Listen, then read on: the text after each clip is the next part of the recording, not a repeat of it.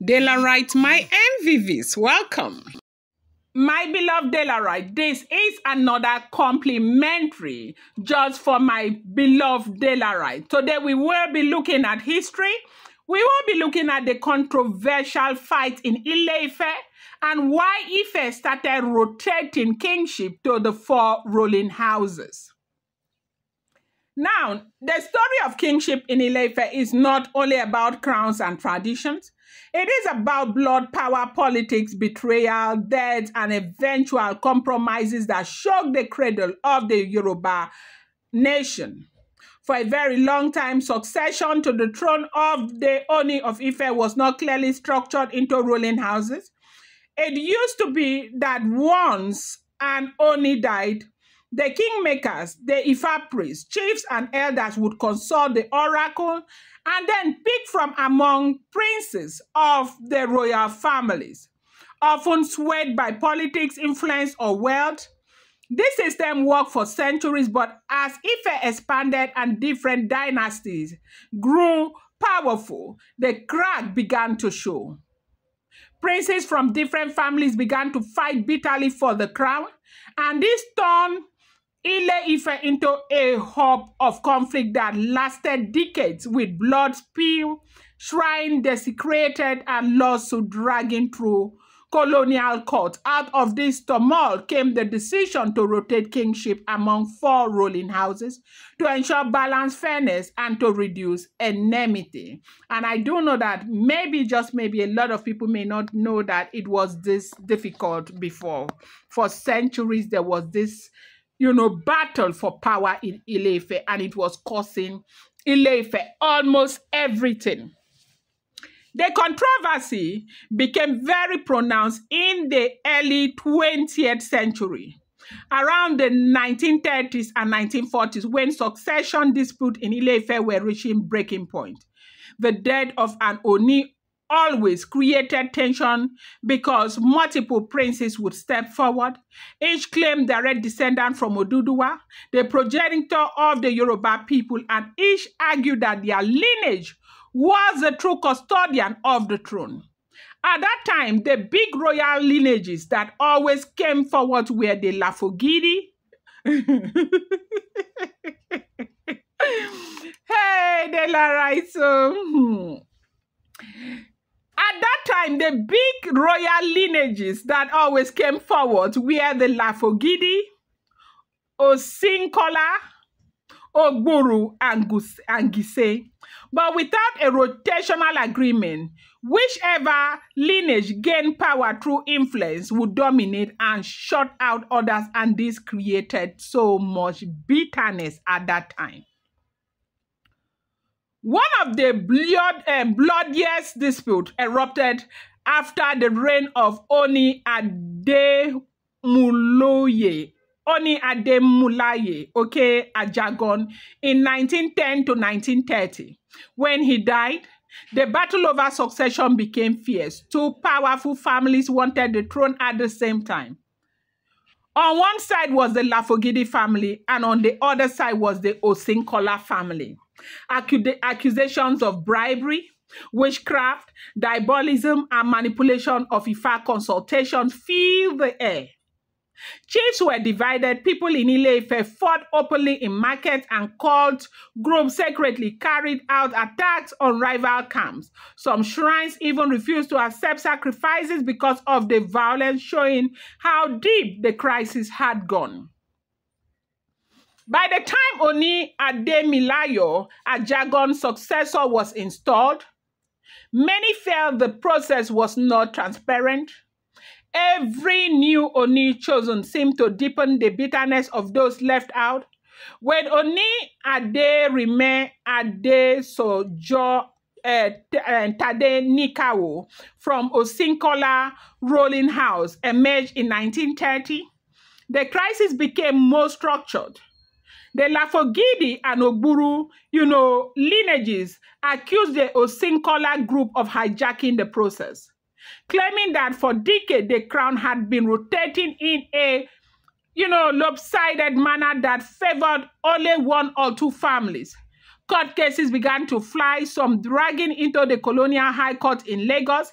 It was one of the first times in Yoruba history that outsiders, including colonial judges, were brought in to decide who should sit on the sacred throne of Oduduwa. The irony was bitter. Kingship that was supposed to be entirely spiritual was now being decided in the hands of colonial law. Between the 1940s and 1950s, more cases came up. Every succession attempt opened fresh wounds. There were stories of midnight poisonings, strange death among rival princes, and sacred killings attributed to juju attack. Families avoided intermarriages because of the hatred that kingship fight had created. Ile-Ife, which was meant to symbolize unity of all Yoruba, became torn apart. Elders feared that if nothing was done, the ancient city would destroy itself. By the 1950s, the pressure became too much. The Western region government under Obafemi Awolowo also began to intervene. Reports were submitted and lawyers from both sides argued endlessly. Finally, after much investigation, it was, agreed that 4 houses truly had valid claims to the throne of Ooni. These were Osinkola, Lafogidi, Ogburu, and Gise. The idea was that instead of allowing cures each time, the throne would rotate systematically among these houses.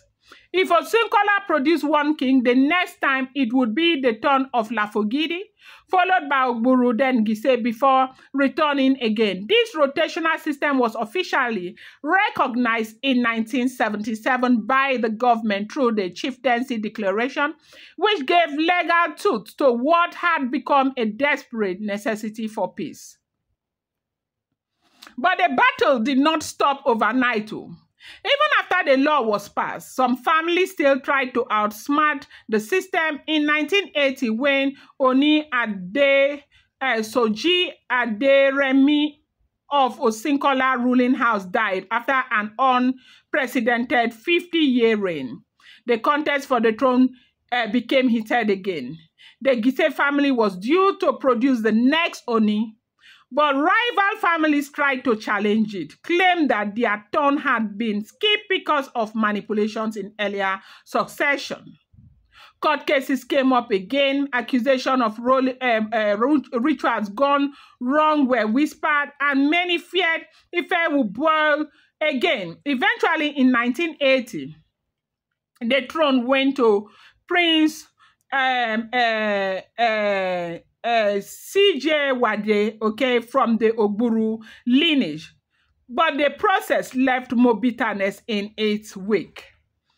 When Ooni Siju Wade passed in 2015, the next ruling house due was Gise, and that is how the current Ooni Adeyeye Enitan Ogunwusi emerged. Even then, challenges were raised from other families, but the rotational principle had already been too strongly entrenched to be ignored. In truth, the fight that led to this agreement, this arrangement, were not just about culture. They were about raw politics and survival. Every ruling house knew that controlling the Ooni's tool meant access to immense influence, prestige, land decision, religious power, and political connection with government. Diabolical practices became weapons. Rival princes accused each other of using deadly charms to eliminate competitors. Chiefs who switched allegiance sometimes died mysteriously. Even ordinary Ife citizens were dragged into it, as each quarters of this city identified with one ruling house or the other. The scars of those years are still present in Ife today. Many elders still remember how, street became battleground and how colonial courts were flooded with cases about who should wear the Adeyeye, the sacred crown of Oduduwa. Some still argue that without the introduction of rotation, Ife would have collapsed under the weight of hatred. Others, however, believe that even rotation cannot erase the deep rivalry because every house still believes it has a stronger right to the throne than the other. Now, from A to Z of the matter, it was the endless blood, suspicion, political maneuvering, and lawsuit that forced Ile-Ife to adopt the rotational system. What was meant to be purely spiritual, the voice of Ifa choosing a king had become so corrupted by politics and ambition that only a structured formula could save the town from self-destruction. That formula, born out of violence and bitterness, is why today the throne of the Ooni is rooted among Osunkola, Lafogidi, Ogburu, and Gise ruling houses. It was not an easy journey. It was carved out of conflict, killings, enmity, court battles, and even colonial interference, but it gave Ile-Ife a fragile peace that has lasted until today. So I hope you got something from here. This is why every time you hear people talk about these 4 rolling houses, before now there were many. Everybody, as a matter of fact, now my grandpapa be Oduduwa. And, there were very many. Now they had to, narrow them back down to 4 rolling houses who truly has connection to Oduduwa. Yes, so say yes. I just want to see yes if you want us to, do this history on and on, like we should continue. We need to know more about, our own, okay? Appreciate you, Della Wright. I love you guys. Thank you so much.